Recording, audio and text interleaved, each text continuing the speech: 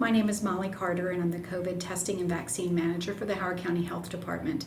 Today I'm going to show you how to collect a self-collection saliva specimen using the Azova test kit. You'll be receiving this test kit from the Howard County Health Department, and it will come in a biohazard bag that looks like this. There are two components to this bio bag. One is the outside pocket where the card and identifying information is located, and then the main pocket where the test itself is located. I'm going to begin by just explaining what's on the cards. You will see that there are barcodes associated with your identity, that there is another one on the test tube itself.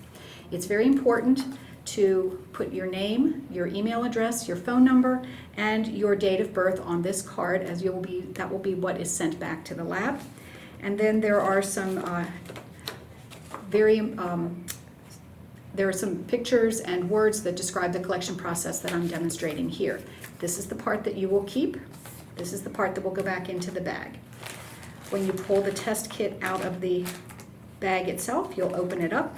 There are two main components: the collection device and the the mixing solution. It is important to know that you must not have eaten, had anything to drink, chewed gum, or smoked within 30 minutes of the test to assure that the test is accurate. You will collect 3 cc's of specimen up to this blue or this black wavy line, and it isn't as much as it looks like. It's fairly easy. You'll collect and spit into this reservoir.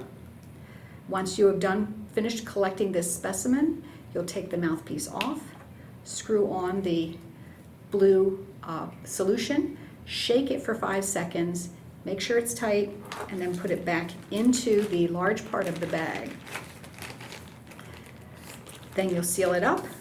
You'll put your identifying information on the back of the card or in the back of the bag, put it in the outside pocket, and return it according to the directions that you've been given. Thank you very much.